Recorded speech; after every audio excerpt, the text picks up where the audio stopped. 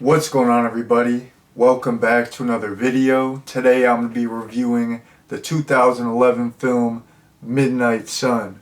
So this is a movie that I've seen before and I absolutely love this movie. I feel like nobody really knows about it. It's very much underground, very much under the radar, and I just randomly stumbled upon this probably about 3 years ago. So I was listening to this podcast, one of my favorite podcasts. It's called The Skeleton Crew, and it's kind of defunct now. They used to do horror movies. Now they have a different crew and they do action movies, drama, everything else, and it's still really good. But in terms of the horror stuff, they don't do the horror stuff anymore. But one day I was listening to their old episodes, and they did an episode where they talked about the George Romero vampire movie Martin, and they talked about this movie. And at the time, I hadn't seen either of them. So, I listened to the podcast. I thought, hey, that Midnight Sun seems like an interesting movie, and it was on Tubi at the time, so I checked it out. And after I checked it out, I was absolutely blown away. I was like, this movie is this is the realness. This straight up, point blank, period. This is one of my favorite vampire movies. It's I would say it's probably in my top 5. It's super solid, and I don't know. Nobody knows about it. It's an unsung movie, but I mean, if you Google it, I believe it has a 95% on Rotten Tomatoes. It seems like it's rated pretty well, like in terms of critically rated. So yeah, this movie is the bomb, and I've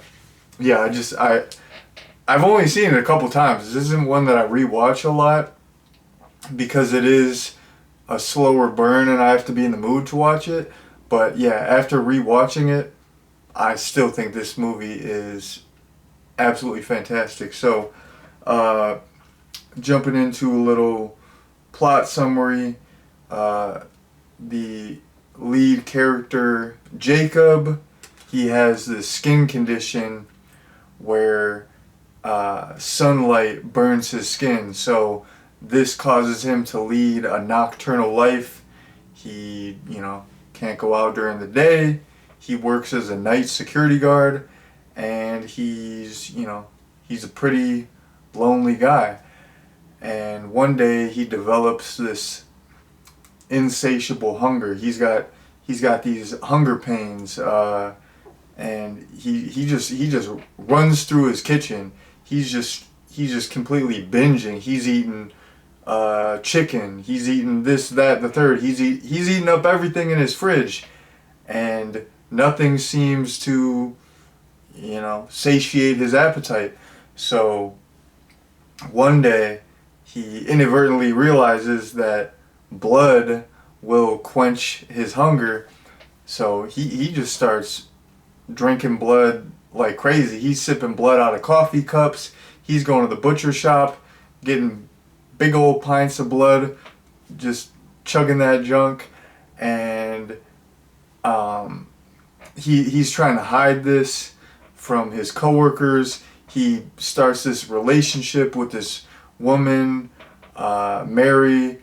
She's dealing with a cocaine addiction, and he's dealing with his blood addiction. So they both have something that they're ashamed of and hiding from each other. So he's trying to navigate relationships and keep his secret under wraps. There's this murder that happens outside of his building, so he is one of the prime suspects for that. So he's being investigated, and yeah, his addiction for blood grows and grows, and the animal blood's not cutting it, so he starts getting into human blood, and he just keeps doing more and more desperate things to, you know, to feed his addiction. So yeah, Mr. Jacob, he's got a lot on his plate. He's got a lot going on. So that is the basic plot summary. First main point that I want to talk about is this movie. It's a lower budget indie movie, and it's a lot slower paced than it's not a lot slow. It's a lot more slower paced. I'm forgetting words here. I'm tired. I stayed up kind of late to watch this. I got home from work kind of late. But anyways, yeah, this is a lot more slow paced than a lot of other vampire movies. It's not there's a little bit of action, especially towards the end, but you know, so many vampire movies are really action heavy, which I love. Stuff like Lost Boys, there's a lot of action. John Carpenter's Vampires, a lot of action, a lot of gore. They're intense. I love those action heavy vampire movies, but this is a slower burn. It's like Halloween. It's a slow burn. It's slow in a good way. It's slow, but it's not boring. This movie is not boring at all, but it's super slow paced, and it still keeps you engaged the whole time. And it's like I said, this movie is kind of like George Romero's Martin, where this guy is a vampire, but he's not this cliche typical vampire. He doesn't have fangs. For most of the movie, he doesn't even really know he's a vampire. He thinks he's a vampire. Like, he puts a cross on his head and he's thinking it's gonna burn him. It doesn't burn him. So yeah, he doesn't have fangs. He doesn't have all these. Well, he's got some vampire powers that we see later on, but he doesn't have all these crazy Hollywood vampire powers. For the most part, he's just a normal guy, but he just can't go out in the sunlight, and he's got to drink blood. So just your everyday average Joe.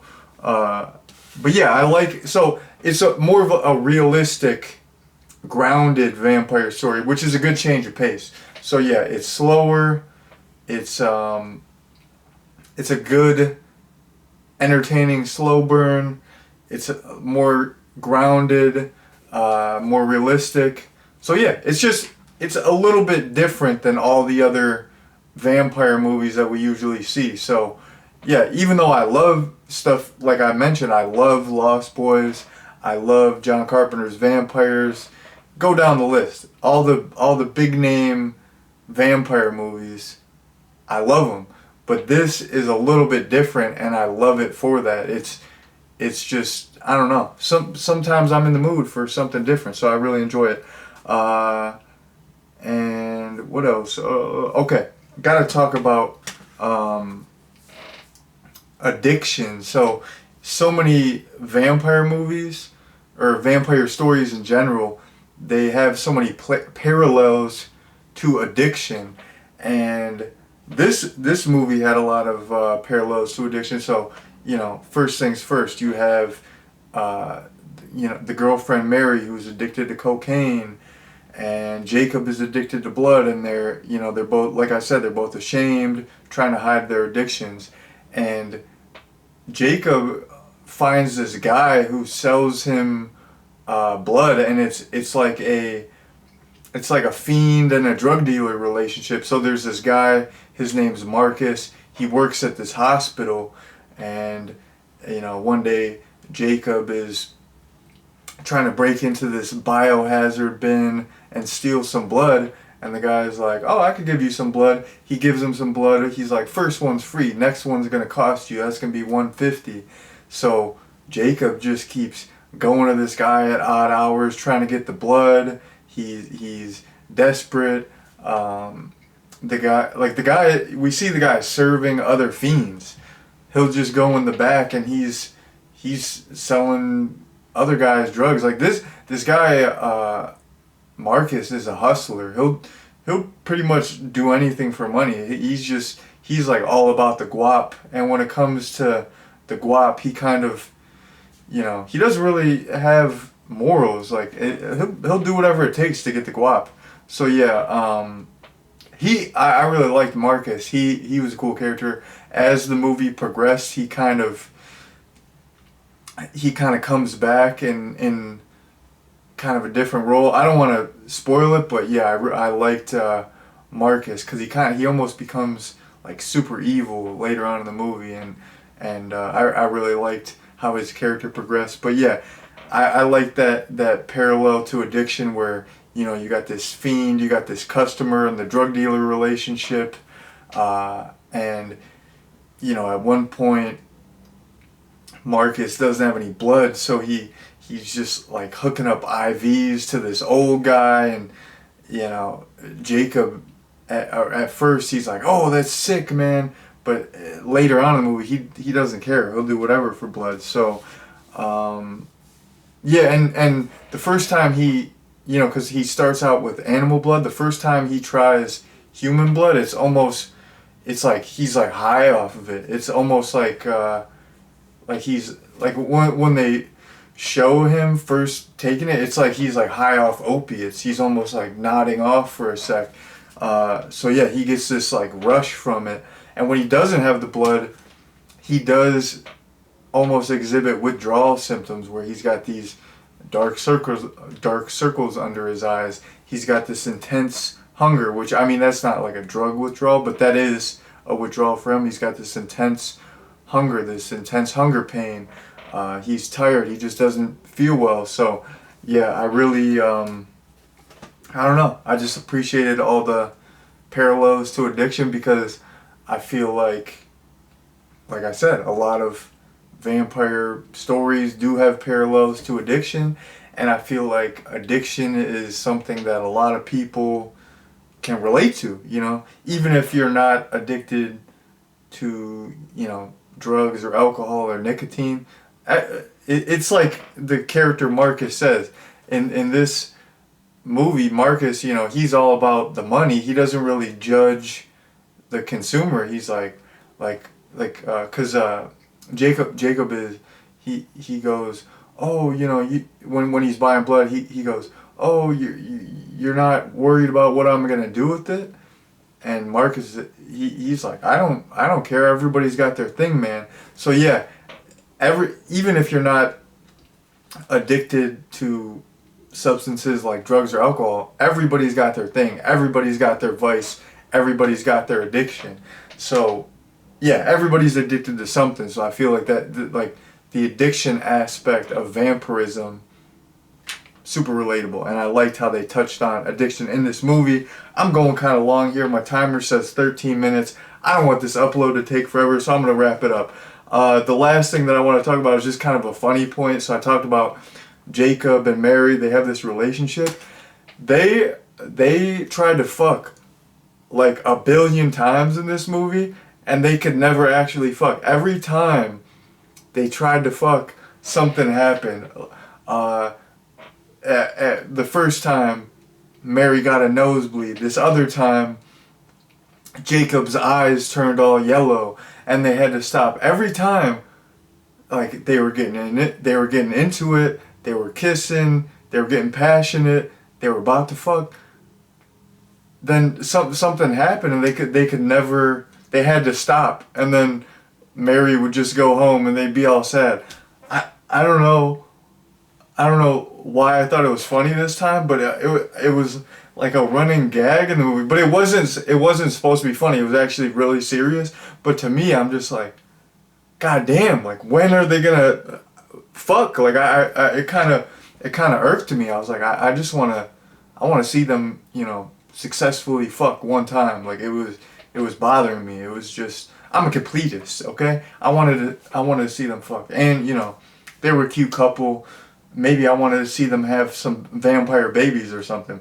But I don't know. I just thought that was a WTF moment. It was like every single time they were about to fuck or have a little intimate relation, something went wrong. So I don't know. I just thought it was kind of funny. But yeah, Midnight Sun, this movie is phenomenal. It's a great grounded, realistic, slow burn vampire movie. I think this movie is criminally underrated. It's underappreciated, and it's free on Tubi right now. You've probably never heard of this movie, but I'm telling you what, this movie is worth at least one watch. Please check it out at least one time. It's legit. So yeah, I would highly recommend it. It's the bomb. It's great.